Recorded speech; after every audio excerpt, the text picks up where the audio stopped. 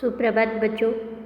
आज हम कक्षा 5 के पर्यावरण अध्ययन विषय का पाठ 5 आओ खेलें खेल का आगे का प्रकरण आती जाती सांसें, इनके बारे में पढ़ेंगे।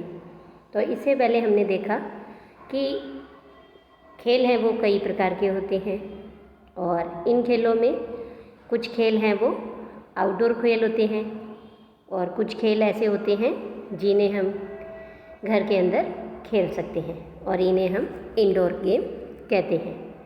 फिर हमने देखा कि खेलों से खिलाड़ियों के अंदर सहयोग की भावना विकसित होती है, भाईचारे की भावना विकसित होती है और खेल खेलने से हमारा जो स्वास्थ्य है वो काफ़ी अच्छा रहता है।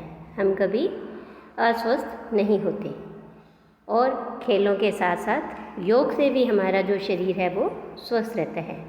हमने जैसे सूर्य नमस्कार, ताड़ासन, पवन मुक्तासन, पद्मासन, ऐसे कई योगों के बारे में भी पढ़ा। तो इस तरह से हमने देखा कि योग और खेल ये हमें मनोरंजन तो देते ही हैं और मनोरंजन के साथ साथ हमारे शरीर को स्वस्थ बनाते हैं, सुंदर बनाते हैं, सुडौल बनाते हैं।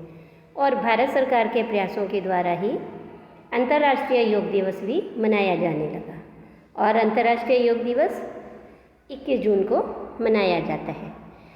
तो जब हम खेलते हैं, योग करते हैं, तो खेल खेलने से क्या है कि हमारी जो सांसें हैं वो फूलने लगती हैं, क्योंकि हमें खेलों में दौड़ना पड़ता है, कूदना पड़ता है और इससे क्या होता है कि जो हमारी सांस है वो तेज़ चलने लगती है। तो इसलिए आज हम पढ़ेंगे आती जाती सांसें। तो देखिए, ये सांस को महसूस करने के लिए कुछ हम प्रयोग करके देखते हैं। सबसे पहले कि शांत बैठकर सामान्य रूप से सांस लीजिए। फिर आप क्या करेंगे कि नाक के आगे हाथ रखकर और उस सांस को आप महसूस कीजिए अपनी जगह पर। उसके बाद 10-12 बार कूद कर, पहले आप कूदेंगे 10-12 बार, फिर उसके बाद आप नाक के आगे हाथ रखकर सांस को महसूस कीजिए। तो किस स्थिति में सांस गर्म लगी और किस स्थिति में ठंडी। तो देखिए, जब हम शांत बैठकर सामान्य रूप से सांस ले रहे थे तब तो जो हमारी सांसें हैं वो ठंडी होंगी और जब हम कूद कर, खेल कर फिर जब सांस लेते हैं तो हमारी सांसें गर्म होती हैं। इसके बाद देखिए कि ऐसा ही एक और प्रयोग है। कांच के खाली गिलास में या दर्पण पर 3-4 बार फूंक मारो और देखिए फिर क्या हुआ।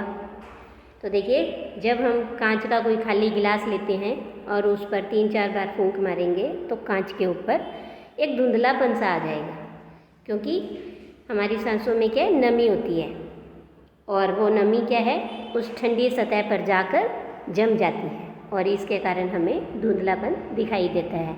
आपने देखा होगा कि हम ये और बच्चे भी ऐसे हैं, कार के शीशों पर, खिड़कियों के शीशों पर और जो हम जिसमें मुंह देखते हैं दर्पण होता है उस पर सभी बच्चे ऐसे करते हैं और हम उस पर फूंक मारते हैं तो वो धुंधलापन दिखाई देता है और फिर बच्चे उस शीशे पर अपना नाम लिखते हैं। तो इस तरह से फूंक मारने पर जो हमारी सांसों में नमी होती है वो उस ठंडी सतह पर जाकर जम जाती है। इसके बाद देखिए, आपने देखा कि गिलास और दर्पण पर धुंधलापन आ जाता है क्योंकि हमारी सांसों में नमी होती है जो ठंडी सतह पर जम जाती है और हमारी फूंक हमारे लिए कई सारे काम करती है। अब देखिए कि फूंक से हम क्या क्या कर सकते हैं। तो सबसे पहले ये देखिए, यहाँ फूंक से बांसुरी बजा रहे हैं, ये देखिए इस चित्र में आपको दिखाई दे रहा है। तो अब आप बताइए कि क्या फूंक से आग जलाई जा सकती है? तो हम कहेंगे हाँ। क्या फूंक से आग बुझाई जा सकती है? हाँ, जैसे हम माचिस की तीली जलाते हैं उसके बाद फूंक से उसे बुझाते हैं। ऐसे ही कौन से वाद्य यंत्र फूंक मारकर बजाए जाते हैं? तो देखिए, बांसुरी, शंख, पुंगी, शहनाई, इस तरह से कई वाद्य यंत्र होते हैं जिनमें फूंक मारकर उन्हें बजाया जाता है। इसके बाद अब हम आगे पढ़ेंगे, करके देखिए। इसमें भी हम कुछ प्रयोग करके देखेंगे कि एक धागे की खाली गिड्डी लेकर उसका एक छोर कागज़ पर चिपकाकर बंद कर दीजिए।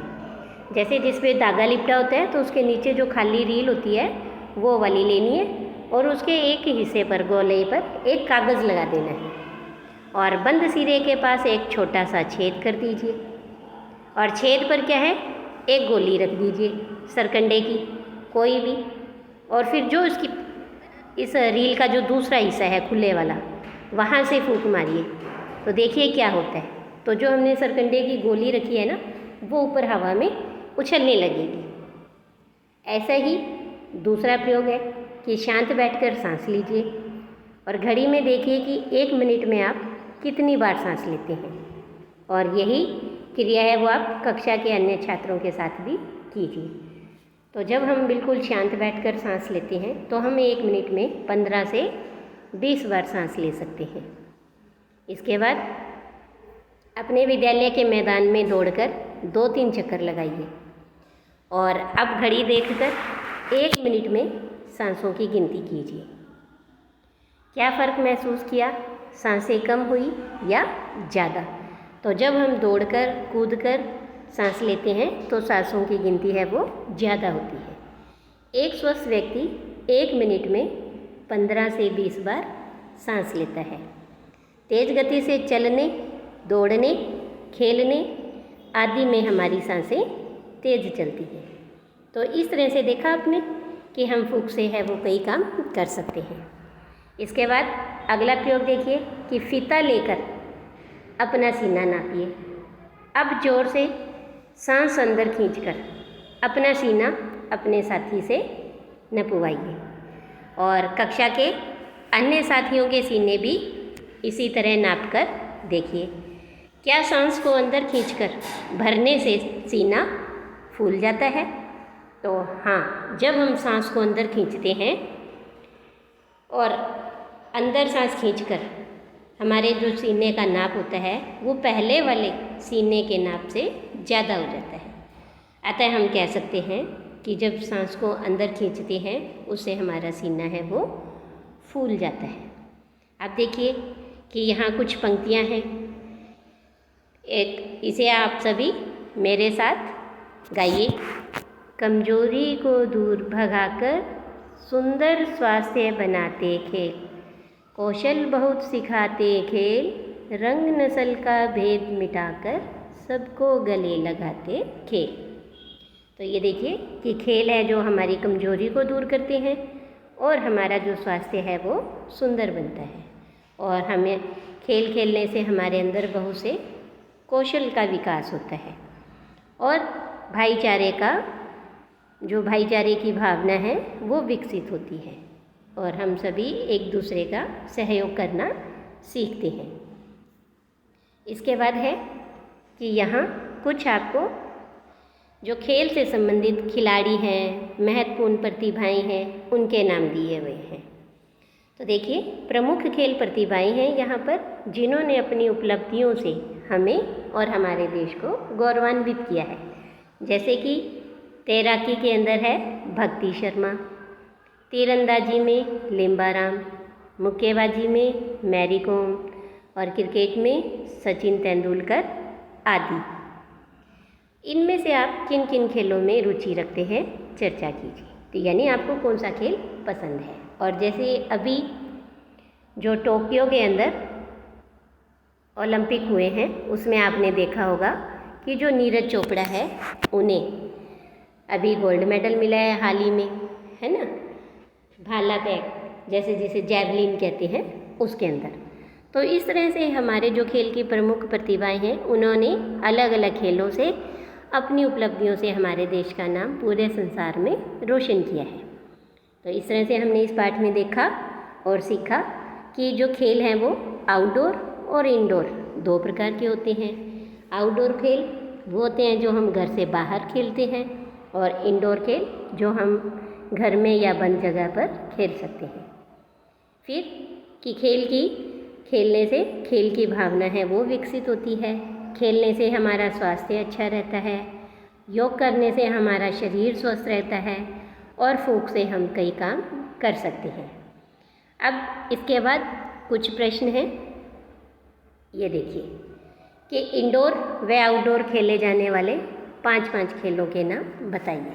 जैसे हमने देखा कि जो इंडोर खेल हैं जैसे शतरंज, बिलियर्ड्स, टेबल टेनिस, कैरम, सांप सीढ़ी, लूडो, ताश, इस तरह से कई खेल हैं जो हमने कक्षा 3 में भी पढ़े और अभी भी हमने देखा। और आउटडोर खेल जो गली मोहल्ले या हम बड़े मैदान में खेल सकते हैं, जैसे हॉकी, क्रिकेट, फुटबॉल, लंबी कूद, दौड़, कबड्डी, लंगड़ा चेर, सितोलिया, इस तरह से बहुत से खेल हैं। इसके बाद कि आपके गांव में जो मेले लगते हैं उनमें जो प्रदर्शित होते हैं व्यायाम, उनके बारे में आपको बताना है। तो देखिए, जब भी गांव में मेले लगते हैं उन मेलों के अंदर कुश्ती, दौड़, लंबी कूद, ऊंची कूद, इस तरह के कई व्यायाम करवाए जाते हैं। तीसरा प्रश्न है कि योग से शरीर को क्या क्या लाभ होते हैं। तो देखिए, योग करने से हमारा शरीर स्वस्थ रहता है और शारीरिक, मानसिक और आध्यात्मिक विकास में भी योग सहायक होता है। इसके बाद अगला प्रश्न है कि फूंक से कौन कौन से काम किए जा सकते हैं। जैसे हमने देखा कि फूंक से हम आग जला सकते हैं, आग बुझा सकते हैं। इसके अलावा हम फूंक से किसी भी गर्म वस्तु को ठंडा कर सकते हैं। फूंक से हम कोई भी चीज़ है उसे हिला सकते हैं, जैसे सरकंडे की गोली है वो हवा में उड़ने लगी थी। इसके अलावा गुब्बारे फुलाते हैं, बुलबुलें उड़ाते हैं। फूंक से हम कोई भी चीज़ है वो सेक सकते हैं। तो फूंक से हम इस प्रकार कई कार्य कर सकते हैं। तो अब ये देखिए, नीचे कुछ रिक्त स्थान है, तो आपको यहाँ इनमें खिलाड़ियों के नाम बताने हैं कि तैराकी में प्रसिद्ध खिलाड़ी कौन है। तो तैराकी में अभी हमने पढ़ा था भक्ति शर्मा, और क्रिकेट में सचिन तेंदुलकर। तो इस तरह से ये हमारे भारत की शान है। नीचे देखिए, एक वाक्य लिखा हुआ है, खेलो खेल करो योग, सदा रहो स्वस्थ निरोग। यानी खेल खेलो और योग करो, और इन दोनों से हमारा जो शरीर है वो स्वस्थ होगा और हम हमेशा निरोग रहेंगे। तो आज के लिए इतना ही। इसके साथ ये आपका जो पाठ है वो पूरा होता है। धन्यवाद।